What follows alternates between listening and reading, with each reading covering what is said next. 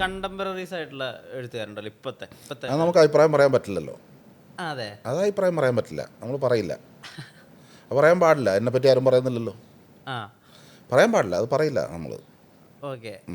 പൊരുത്തക്കേടുകൾ തോന്നിയവരും ഉണ്ടാവും, മറ്റേ ഒക്കെ ഉണ്ടാവും, താല്പര്യം തോന്നിയവരും ഉണ്ടാവും. ഉണ്ടാവും ഉണ്ടാവും. ആ അതായത് പൊതുവെ ഒരു എഴുത്തുകാരെന്നുള്ള നിലയിൽ നമ്മൾ കണ്ടംപററി ആയിട്ടുള്ള ബാക്കിയുള്ള എഴുത്തുകാരും നമുക്ക് ഇഷ്ടപ്പെടരുത്. നമ്മൾ അവരെ പ്രേമിക്കാൻ തുടങ്ങി നമുക്ക് അവരോട് ആരാധന തോന്നിക്കഴിഞ്ഞാൽ നമ്മൾ വീണു പോകും. ആ ഞാൻ്റെതാണ് മികച്ചത്, എന്നെപ്പോലെ ആരും ഇല്ലയെന്ന് വിചാരിച്ചാൽ തന്നെ നമുക്ക് അത് എഴുതാൻ പറ്റുള്ളൂ. ഇനി ചോദിക്കാനുള്ളത് യാത്രകളെ പറ്റിയിട്ടാണ്.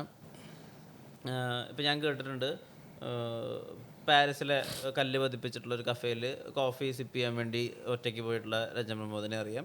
ഗംഗാ നദീതടത്ത് ഈ ജഡങ്ങളൊക്കെ സംസ്കരിക്കുന്ന അതിൻ്റെ ചൂടിൽ കിടന്നുറങ്ങിയ രഞ്ജൻ പ്രമോദിനെയും നമ്മൾ കേട്ടിട്ടുണ്ട്. ഈ യാത്രകൾ എപ്പോഴെങ്കിലും സിനിമകൾ എഴുതാനോ സിനിമ ആവിഷ്കരിക്കാനോ സഹായിച്ചിട്ടുണ്ടോ?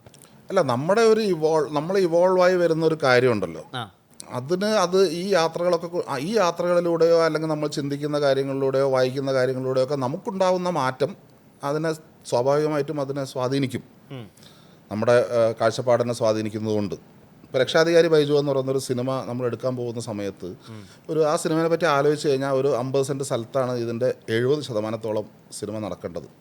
അതെ, എന്ന് വെച്ചിട്ടുണ്ടെങ്കിൽ പുതിയതായ ഒരു കാഴ്ചയും അതിന് ഉണ്ടാവാൻ പാടില്ല. നിങ്ങൾ കണ്ടു പഴകിയ കാഴ്ചകളാണ് വരേണ്ടത്. കാരണം ഈ കല്ല് എനിക്ക് പരിചയമുണ്ടല്ലോ, ഈ മരം എനിക്ക് പരിചയമുണ്ടല്ലോ, ഈ വാതിൽ എനിക്ക് പരിചയമുണ്ടല്ലോ, ഈ വീട് എനിക്ക് പരിചയമുണ്ടല്ലോ, ഇയാൾ എനിക്ക് പരിചയമുണ്ടല്ലോ എന്നാണ് തോന്നേണ്ടത്. എന്നുവെച്ചാൽ പുതുമ എന്ന് പറയുന്ന കാര്യം ഉണ്ടാവരുതെന്നർത്ഥം. പക്ഷെ സിനിമയ്ക്ക് അങ്ങനെ പറ്റില്ലല്ലോ. അത് വളരെ ഒരു എന്താ പറയുക, ഒരു ചുഴിയല്ലേ. നമ്മൾ സ്ഥിരം കാണുന്ന കാഴ്ചകളാണ് സിനിമയിൽ വേണ്ടത്. സിനിമാറ്റിക്കായിട്ട് അതിലൊന്നും ഉണ്ടാവാൻ പാടില്ല. സിനിമയ്ക്ക് ഒരു ക്ലൈമാക്സ് ആക്കാൻ വേണ്ടിയിട്ടുള്ളതൊന്നും ചെയ്യുന്നില്ല. ഒരു റിയലിസ്റ്റിക് സിനിമയാണ്. 100-100 ചില്ലാനും കഥാപാത്രങ്ങളുണ്ട്. അന്ന് സിങ് സൗണ്ട് ഇന്നും ആരും സിങ് സൗണ്ട് പ്രിഫർ ചെയ്യുന്നില്ല, ഭയങ്കര ബുദ്ധിമുട്ടാണെന്നാണ് എല്ലാവരും പറയുന്നത്.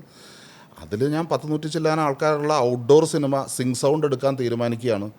ആ സിനിമേനെ എടുക്കാൻ തീരുമാനിക്കുമ്പോൾ അതിൻ്റെ ആദ്യത്തെ 1-2 പേരോട് ഇത് പറഞ്ഞപ്പോൾ ഇത് നിങ്ങൾക്ക് ഭ്രാന്താണെന്ന് പറയാറും പറയണ്ട എന്ന് പറയുന്നൊരു കാര്യത്തിലേക്ക് വീണ്ടും പോവുക, എന്നിട്ട് അതിനെ ഒരു വർക്കാക്കി പുറത്തു വരികയും അതിനെ ഒരു കണ്ടംപററി ക്ലാസിക് ആണെന്നുള്ള നിലയിൽ ഓഡിയൻസ് പറയുന്ന ലെവലിലേക്ക് അത് വരികയും ചെയ്തിട്ടുണ്ടെങ്കിൽ അതിന് ഈ യാത്രകളും കാര്യങ്ങളൊക്കെ അതിലേക്ക് അതിൻ്റെ പങ്ക് വഹിച്ചിട്ടുണ്ട്. എന്നാൽ അതിൻ്റെ ഷോട്ടുകളിലേക്കോ കഥ ആലോചിച്ചതിലേക്കോ ഒന്നും ആയിരിക്കില്ല, അത്ര ഒരു തീരുമാനം എടുക്കുന്നതിലേക്ക്. ഇപ്പോൾ 0 പോയിൻറ്റ് ബേബി എടുക്കുന്ന സമയത്ത് ഉള്ള കാര്യം എന്താണെന്ന് വെച്ചിട്ടുണ്ടെങ്കിൽ, അത് ഷൂട്ട് ചെയ്യുന്ന സ്ഥലത്തേക്ക് ഔട്ട്ഡോർ യൂണിറ്റ് പോകില്ല, അവിടെ ലൈറ്റ് കൊണ്ടുപോകാൻ പറ്റില്ല, അവിടേക്ക് ആർക്കും ഒന്നും കയറി പോകാൻ തന്നെ പറ്റാത്ത ബുദ്ധിമുട്ട് പിടിച്ച ഒരു സ്ഥലത്ത് ഷൂട്ടിംഗ് തീരുമാനിക്കുകയാണ്. അപ്പോൾ ക്യാമറമാൻ്റെ അടുത്ത് ഫസ്റ്റ് അരുൺ ചാലിൽ വന്ന് ലൊക്കേഷൻ നോക്കിയ സമയത്ത് ലൈറ്റ് ഇങ്ങനെ ഭയങ്കര ഫ്ലക്ച്വേഷൻ, ക്ലൈമറ്റ് എന്ന് പറഞ്ഞാൽ അങ്ങനെ ഒരു സെക്കൻഡ് മഴ പെയ്യും, പിന്നെ വെയിലാവും, മറ്റേതാവും, ഡ്രസ്സിൽ വരും, മഴ പെയ്യും, കാറ്റ് വരും, ഇങ്ങനെ മാറിക്കൊണ്ടേയിരിക്കുകയാണ്. കാരണം ഒരു ഷോട്ട് നമ്മൾ സെറ്റ് ചെയ്യുമ്പോഴത്തേക്ക് തന്നെ അതിൻ്റെ ക്ലൈമറ്റും കാര്യങ്ങളും ഇതൊക്കെ മാറിയിട്ടുണ്ടാവും. സോ അത് ഫോട്ടോഗ്രാഫിക്കലി നമ്മൾ എങ്ങനെയാണ് ഇതിനെ എടുക്കുക എന്നുള്ളതൊരു വലിയ ചോദ്യചിഹ്നമാണ്. എന്നുവെച്ചാൽ എന്നുവെച്ചാൽ നമുക്ക് അത് നമ്മൾ പഠിച്ച് ചെയ്യണം. നമുക്ക് അറിഞ്ഞ വഴികളിലില്ല. അത് ഒരു പുതിയ വഴിയിലൂടെ നമ്മൾ നടക്കണം ആ ഫിലിം മേക്കിങ്ങിന് വേണ്ടിയിട്ട്. അപ്പോൾ ഞാൻ അരുണിൻ്റെ അടുത്ത് ഞാൻ പറഞ്ഞ കാര്യം, ബെർട്ടലൂച്ചി അനുഗ്രഹിച്ച ദൈവം നമ്മളെ അനുഗ്രഹിച്ചില്ലെങ്കിൽ നമുക്ക് ഇതിന് ഷോട്ട് എടുത്ത് തീർക്കാനാവില്ല, ഈ ഫിലിം എടുത്ത് ഷൂട്ട് ചെയ്ത് തീർക്കാൻ പറ്റില്ല എന്നാണ് പറയുന്നത്. അവിടെ വെറും 2 ക്യാമറയും 2 ബോഡിയും ഒരു സെറ്റ് ഓഫ് ലെൻസ്, 2 ക്യാമറയുടെ 2 ബോഡിയും സൗണ്ട് എക്യുപ്മെൻറ്റും മാത്രമായിട്ടാണ് ഞാൻ കയറുന്നത്. എൻ്റെ അടുത്ത് 6 ഫീറ്റ് ആയിട്ടുള്ള ഒരു ട്രോളീൻ്റെ ഒരു പീസ് മാത്രമുണ്ട്, 6 അടി പീസ്. അത് 2-3 ഷോട്ടാണ് ഞാൻ ആകെയിൽ ട്രോളി ഇട്ട് എടുത്തിട്ടുള്ളൂ. അങ്ങനെയാണ് അതിൻ്റെ അകത്തേക്ക് കയറുന്നത്. ലൈറ്റില്ല എന്ന് വെച്ചിട്ടുണ്ടെങ്കിൽ നമുക്ക് ജനറേറ്റർ പോവില്ല വണ്ടി അങ്ങോട്ട്. സാധാരണ ജനറേറ്റർ എടുക്കാൻ പറ്റില്ല, കാരണം സിങ്ക് സൗണ്ട് ഉള്ളത് കാരണം ജനറേറ്ററിലെ ശബ്ദം കൊണ്ട് വരില്ല. അപ്പോൾ നമുക്ക് ബാറ്ററി ഓപ്പറേറ്റഡ് ആയിട്ടുള്ള ലൈറ്റ്സിൽ ടോട്ടൽ ഫിലിം ഷൂട്ട് ചെയ്യണം. അങ്ങനെ ഒരു സിനിമ ഇവിടെ പരീക്ഷിക്കപ്പെട്ടിട്ടില്ല, ചെയ്തിട്ടില്ല. ഒരു ഫീച്ചർ ഫിലിം, കമേഴ്ഷ്യൽ ആയിട്ടുള്ളൊരു ഫീച്ചർ ഫിലിം, അല്ലാതെ നമ്മളൊരു ഇരിക്കുന്നത് പോലെ ഡോക്യുമെൻ്ററി ആയിട്ടുള്ള ഒരു കാര്യം ചെയ്യുന്നതല്ല. അപ്പോൾ അത് ചെയ്യാനുള്ള ഒരു തീരുമാനം എടുക്കുക എന്ന് പറയുന്നൊരു കാര്യമുണ്ട്. ഇത് ചെയ്യുന്നു എന്നുള്ള തീരുമാനം എടുക്കുന്നതും അതിന് ഇത്രയും പേരെ കൂടെ നിർത്തി അത് ചെയ്യാൻ പറ്റുക എന്ന് പറയുന്നതിലൊക്കെ മുമ്പ് ഒരു മുൻമാതൃകകളില്ലാത്തത് കാരണം അതിൻ്റെ അകത്തൊരു വലിയ റിസ്ക് ഉണ്ട്. അതിൻ്റെ എല്ലാ ഉത്തരവാദിത്തങ്ങളും എൻ്റെ കയ്യിലാണ്. അതിനുവേണ്ടി ഇറക്കുന്ന കാശിന് മുഴുവനുള്ള ഉത്തരവാദിത്തവും എല്ലാം എൻ്റെ കയ്യിലാണ്. വേറെ ആരും ഒരു തരി പോലെ അതിന് ഉത്തരവാദിത്തം എടുക്കില്ല. അപ്പോൾ ദിലീഷ് പോത്തൻ എന്ന നിർമ്മാതാവും പ്രധാന നടനുമായി നിൽക്കുന്നത് കൊണ്ടാണ് ആ സിനിമ എന്നെക്കൊണ്ട് സാധ്യമാവുന്നത്. അദ്ദേഹം എന്നിൽ അർപ്പിക്കുന്ന ഒരു വിശ്വാസമാണ് ആ ചെയ്യട്ടെ പുള്ളി എന്നുള്ളത്. അല്ലാതെ ഞാൻ ചെയ്യുന്ന ഓരോ കാര്യങ്ങളെയും ജഡ്ജ്മെൻ്റലായിട്ട് നോക്കുകയായിരുന്നെങ്കിൽ പലതരത്തിലും ഇടപെട്ടും ഇതൊന്നും നടക്കൂല. അങ്ങനെ ഒരു സിനിമ ചെയ്യാൻ വേണ്ടി എല്ലാം പുതിയ ആൾക്കാർ അഭിനയിക്കുന്നു, ഏതോ ഒരു കാട്ടിൻ്റെ ഉള്ളിൽ പോയി ഷൂട്ട് ചെയ്യുന്നു. മനസ്സിലായില്ലേ? അപ്പോൾ അങ്ങനെയുള്ള തീരുമാനങ്ങൾ എടുക്കുന്നതിനും അങ്ങനെയുള്ള കണ്ടൻറ്റുകളിലേക്ക് എടുത്ത് അതിലേക്ക് എക്സ്പ്ലോർ ചെയ്യുന്നതിനും റിസർച്ച് ചെയ്യുന്നതിനൊക്കെ എൻ്റെ ഈ യാത്രകളും അനുഭവങ്ങളും അതുകൊണ്ടുണ്ടായിട്ടുള്ള എൻ്റെ സ്പിരിച്വലായിട്ടുള്ള എൻ്റെ ഗ്രോത്തും എൻ്റെ അറിവ് നമുക്ക് അറിവ് എന്ന് ഉദ്ദേശിക്കുന്ന ഒരു ഭയങ്കര സംഭവമായിട്ട് അറിയില്ല, ഇൻഫർമേഷനാണ് ഞാൻ പറയുന്നത്. അറിവ് എന്നുള്ളതുകൊണ്ട് ബുദ്ധി എന്നുള്ള അർത്ഥത്തിലല്ല. നമ്മൾ യാത്ര ചെയ്തുകൊണ്ടും വായിച്ചുകൊണ്ടും ചിന്തിച്ചതുകൊണ്ടും ഉണ്ടായിട്ടുള്ള അറിവ് നമുക്ക് തരുന്നൊരു കോൺഫിഡൻസ് ഉണ്ട്. ഓക്കെ, ഒന്നുമില്ല, ഞാൻ ചെറിയൊരു ഉദാഹരണം പറഞ്ഞു കഴിഞ്ഞാൽ, ഇപ്പോൾ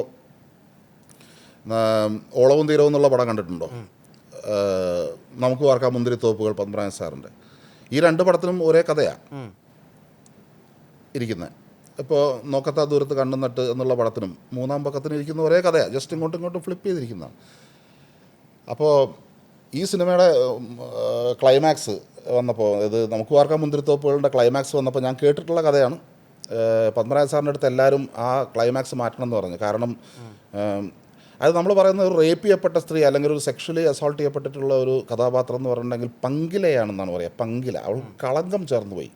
അങ്ങനെ പങ്കിലയായ ഒരു നായികയെ നായകൻ സ്വീകരിച്ചു കഴിഞ്ഞിട്ടുണ്ടെങ്കിൽ അത് നായകത്വത്തിന് പ്രശ്നമാണ് എന്ന് പറഞ്ഞ് ആരൊക്കെയോ പത്മനാഭൻ സാറിൻ്റെ അടുത്ത് ആർഗ്യൂ ചെയ്തു. എന്നിട്ട് അത് മാറ്റണം ക്ലൈമാക്സ് എന്നുള്ള രീതിയിൽ. പത്മനാഭൻ സാർ അത് മാറ്റിയില്ല, ആ ക്ലൈമാക്സ് അങ്ങനെ തന്നെ വെച്ചു. അപ്പോൾ അദ്ദേഹത്തിനൊരു കോൺഫിഡൻസ് ഉണ്ടായിരുന്നു. ആ കോൺഫിഡൻസ് എന്തിൻ്റെ പേരിലാണ്? മുമ്പ് ഈ ക്ലൈമാക്സ് വർക്കായിട്ടുണ്ട് എന്നുള്ള അറിവിൻ്റെ പേരിലാണ്. ഉറപ്പാണ്. കാരണം അത് ഓളവും തീരവും ഉണ്ട്, സൂപ്പർ ഹിറ്റ് പടം, അതിൻ്റെ ക്ലൈമാക്സ് ഇതാ. പക്ഷേ ഓളവും തീരവും എന്നുള്ള സിനിമയും മൂന്നാം പക്കം എന്നുള്ള സിനിമയും ഒരു സിനിമയല്ല, അത് കോപ്പിയടി അല്ല. അത് മനസ്സിലായില്ലേ? അതിന് ഉണ്ടായിട്ടുള്ള സാമ്യമാണ് ഞാൻ പറഞ്ഞത്. ചിലപ്പോൾ പത്മനാഭൻ സാർ ഓർത്തിട്ടുണ്ടോ എന്ന് പോലും എനിക്കറിയില്ല.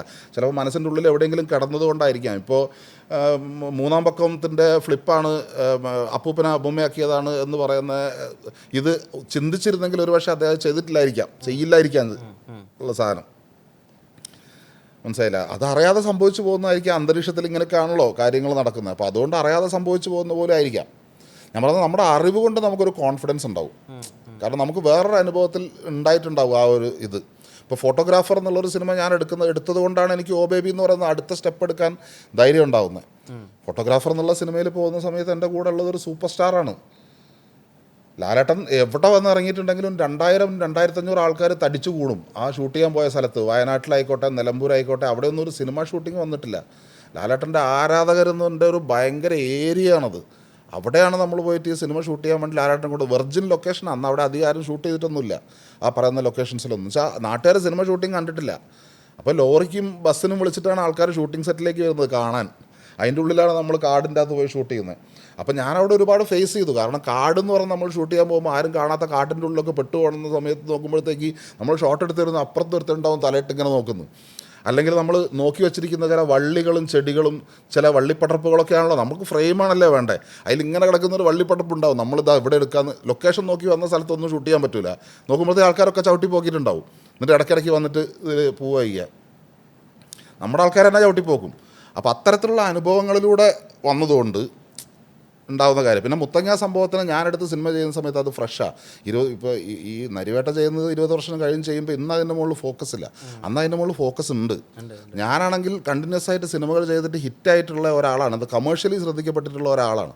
അപ്പോൾ ഞാൻ ഈ മുത്തങ്ങ വിഷയവുമായി സിനിമ എടുക്കാൻ പോകുന്നു എന്ന് അറിയുന്ന സമയത്ത് അതിൽ ഒരുപാട് പേർക്ക് അതിൻ്റെ ഉള്ളിൽ എന്താണ് കണ്ടന്റ് എന്ന് അറിയാൻ താല്പര്യമുണ്ട്. ഫോറസ്റ്റ് ഉള്ള ആൾക്കാരായിക്കോട്ടെ, പോലീസ് ഡിപ്പാർട്ട്മെൻ്റ് ആയിക്കോട്ടെ, ഇൻ്റലിജൻസ് ഡിപ്പാർട്ട്മെൻ്റ് ആയിക്കോട്ടെ, ഗവൺമെൻറ് ആയിക്കോട്ടെ, പാർട്ടിക്കാരായിക്കോട്ടെ, പലർക്കും അതിൻ്റെ അകത്ത് താല്പര്യമുണ്ട്. പിന്നെ ഫോട്ടോഗ്രാഫർ എന്നുള്ള സിനിമ എടുക്കുന്ന സമയത്ത് അവിടെ വയനാട് എന്ന് പറയുന്ന ഒരു സ്ഥലത്തിലെന്ന് വെച്ചാൽ ഇവരെ ഉപജീവിച്ച് ജീവിക്കുന്ന ഒരുപാട് ക്ഷുദ്രജീവികളുണ്ട്. പേര് പറഞ്ഞാൽ വലിയ വലിയ പേരുകൾ പോലും ഉണ്ട് അതിൻ്റെ അകത്ത്. കാരണം ഇവർക്ക് ജർമ്മനിയിൽ നിന്ന് അവിടെ നിന്ന് ഇവിടുന്ന് വരുന്ന ഫണ്ടുകൾ കാര്യങ്ങളൊക്കെ ഉണ്ട്. അപ്പോൾ ഞാനാണെങ്കിൽ എങ്ങനെ എൻ്റെ ഉള്ളിൽ നിന്നുള്ളൊരു വളരെ ആത്മാർത്ഥമായ ഒരു ഫീലിങ്ങോട് കൂടിയാണ് ഞാൻ ആ സിനിമ എടുക്കുന്നത്. അത്രയും ആത്മാർത്ഥമായിട്ടുള്ളൊരു ഫീലിങ്ങോട് കൂടി ഒരുത്തൻ ഇതിൻ്റെ ഉള്ളിലേക്ക് പണിയാൻ വരുന്നത് എന്നുള്ളത് അവരെ സംബന്ധിച്ചിടത്തോളം ഭീഷണിയാണ്. അവർ തന്നെ ശത്രുവായിട്ടേ കാണുന്നുള്ളൂ. ഒരു തരത്തിലും അവർ സഹകരിക്കാൻ തയ്യാറായിരുന്നില്ല അത്തരം കാര്യങ്ങളോടൊക്കെ.